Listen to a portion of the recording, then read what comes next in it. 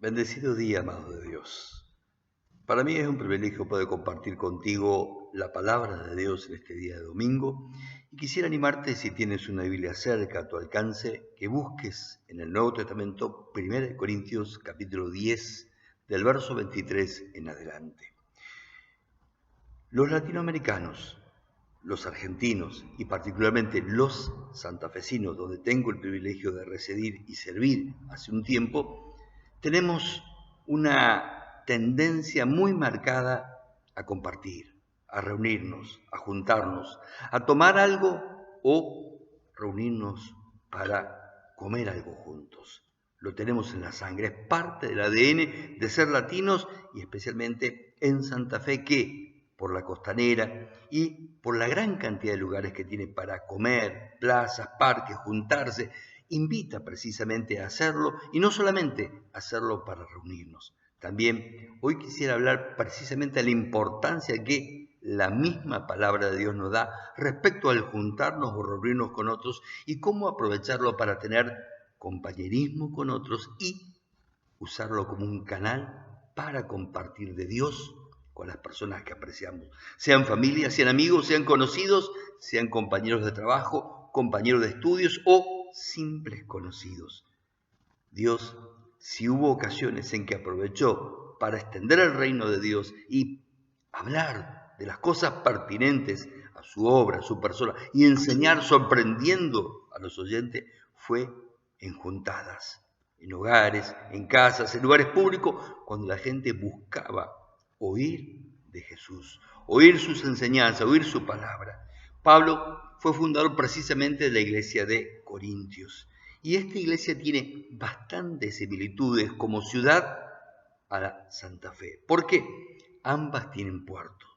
Ambas son ciudades importantes en la región en donde estaban. Corintio, allí en Europa, que era la puerta de entrada a la comunicación entre Asia y Europa, y Santa Fe, que es parte del corredor bioceánico que conecta ambos océanos.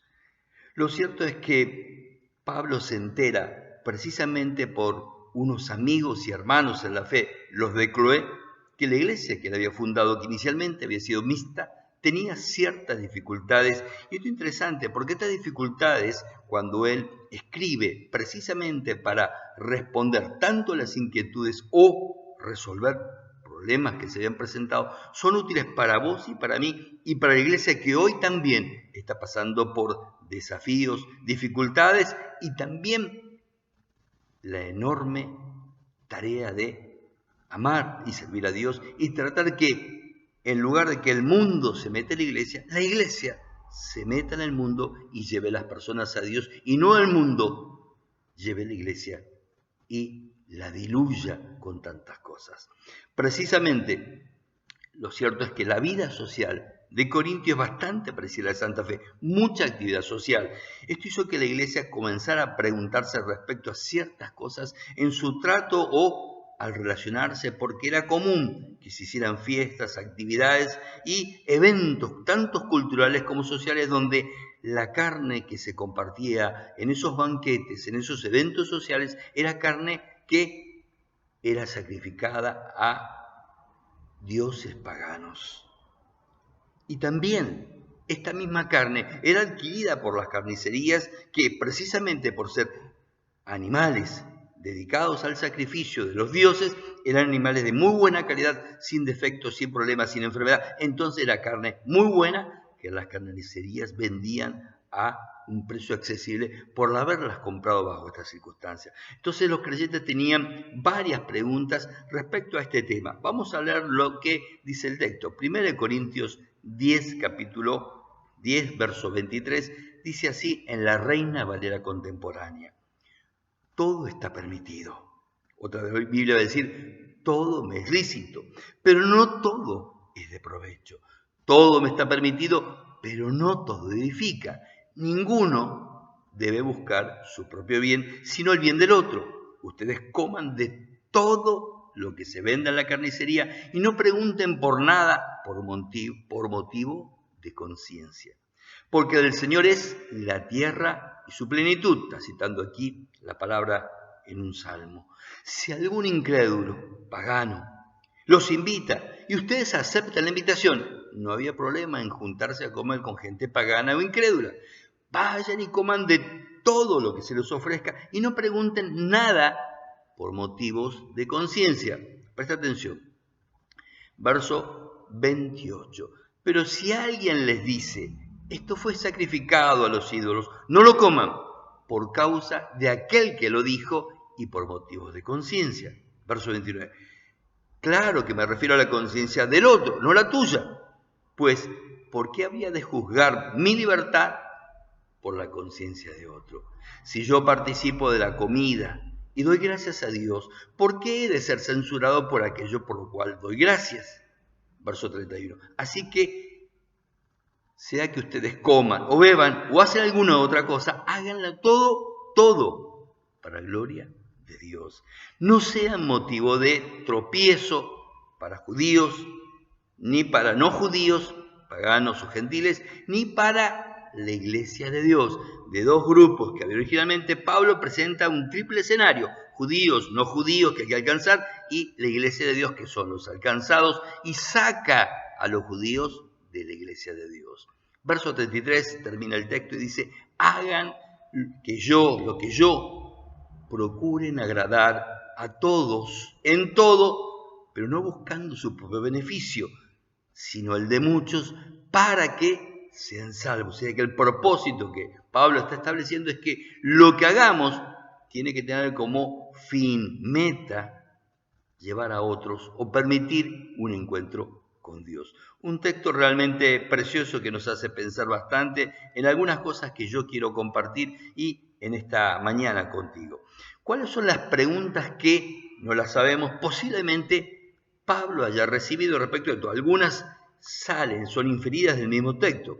La primera, muy obvia, al comienzo: podemos comprar o comer la carne que se vende en la carnicería, la cual en ocasiones puede haber sido usada en un sacrificio ritual para alguna divinidad pagana inexistente, porque es más barata y porque es buena. Segunda pregunta posible: ¿puedo compartir la mesa con un pagano o incrédulo, alguien que no ama a Dios, pero es mi amigo, pariente, conocido o compañero de trabajo, de estudios? Tercero, ¿qué es lo que no me está permitido en mi actividad social con gente que es incrédula, pagana o contraria a Dios? Cuarto, ¿cómo hago para no deshonrar a Dios cuando me junto con personas que no lo aman, que son incrédulas, que tienen otros valores, otros principios? Quinto, última pregunta: ¿qué cuidados debo tener al compartir una mesa, un evento social, cultural o aún religioso de otras creencias con otras personas sin deshonrar a Dios y no, por agradarlo a ellos, termine desagradando al mismo Dios que es mi Señor? Veamos algunas de las respuestas que Pablo da en el texto del cual hemos leído y compartido. Recuerda, 1 Corintios 10, 23 al 33.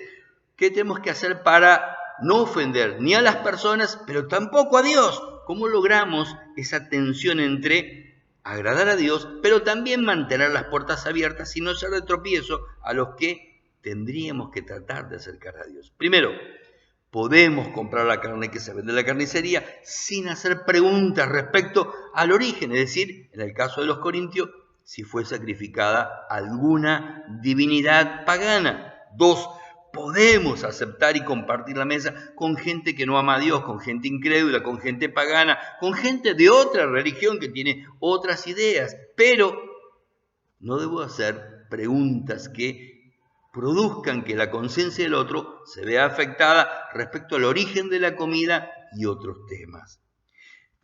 Tercero, si alguien me dice que la comida es ofrecida a los dioses, o la persona quiere ofrecerla a los dioses cuando estamos comiendo, entonces, por causa de lo que el otro está diciendo, no debo comer, no debo participar. Cuando lo secular se mezcla con lo sagrado, yo debo saber que allí está el límite. No puedo participar cuando se me declara que la comida fue ofrecida a dioses falsos o dioses paganos.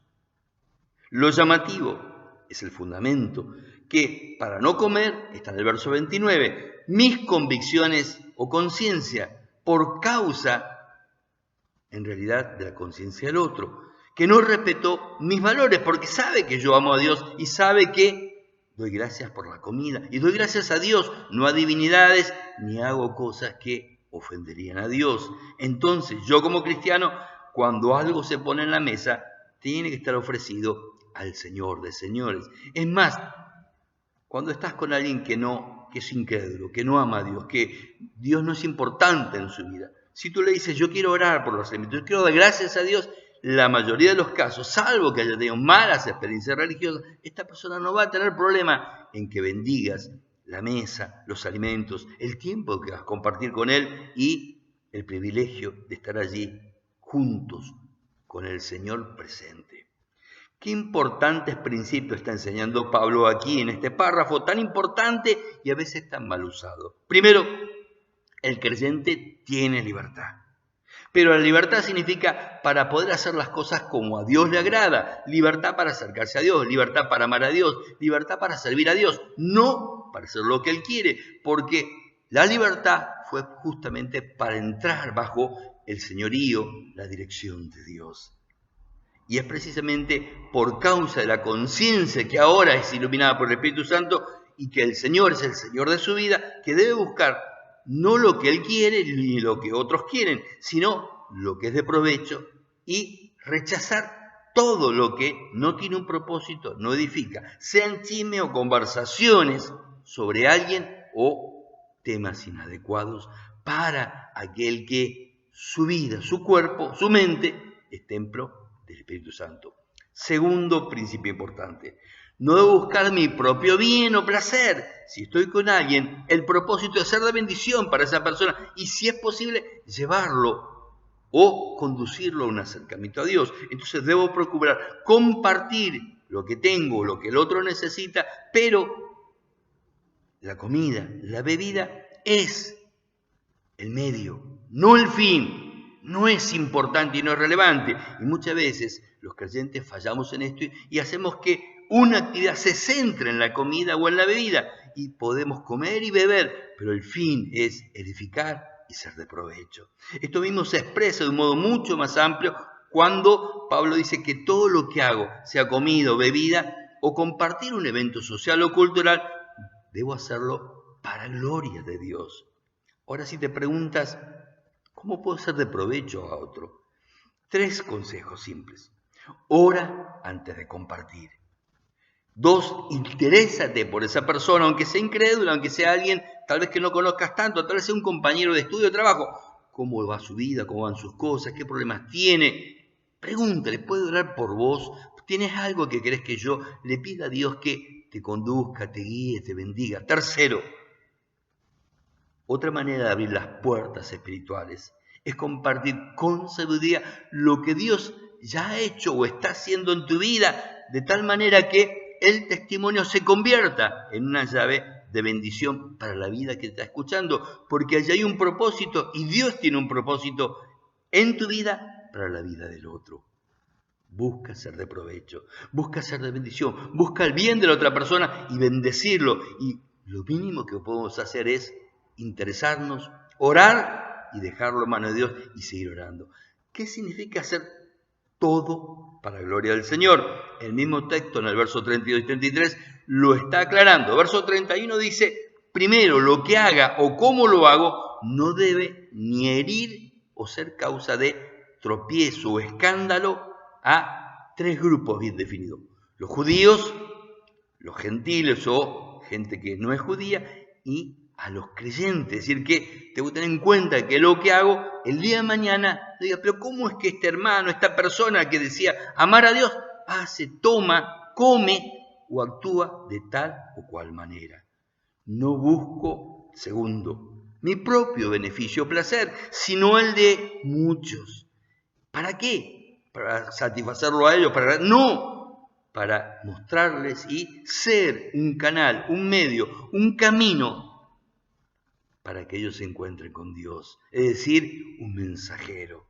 Participo con gratitud, participo con agradecimiento. La gente que no tiene a Dios o tiene una vida vacía, sin un propósito, puede ser motivada, incentivada a dar lugar al Señor, sí, en forma natural, al compartir una mesa, porque Dios la ha puesto, la ha cruzado en tu vida precisamente para que seas de bendición, para que esto sea ocasión de que compartas de Dios con Él. El Señor puede ser glorificado y manifestar su presencia en cualquier lugar, en una pizzería, en una chopería, en un parque, en una plaza, en la costanera, en cualquier casa. No hay lugar donde Dios no pueda presentarse, manifestar su presencia, manifestar su amor y tú no puedas hablar de Dios. Esto evidentemente nos lleva al que el Señor le encanta que nos sentemos en una mesa, pero que Él esté presente y que su presencia sea visible. Hagamos esto cuando nos reunamos con otros. Aprovecha tu amistad, tu compañerismo, las ocasiones que se presenten para que en esa mesa no sean dos, sino tres, y que uno, ni tú ni Él, sino Dios, sea glorificado, presentado y quede allí entre ustedes. Que Dios te permita ser sabio en estas ocasiones de juntarte, comer y compartir. Que el Señor te dé. Oramos, Padre, porque si alguno en este momento está escuchando y necesitando de Dios, que esto también pueda ser de edificación, de provecho y de desafío para esta persona, para su vida, para su hogar, en el nombre de Jesús. Juntamos esta noche y queremos compartir acerca del reino de Dios y especialmente cómo el reino de Dios es tan importante para una vida, para una familia. Dios bendiga tu vida en este día.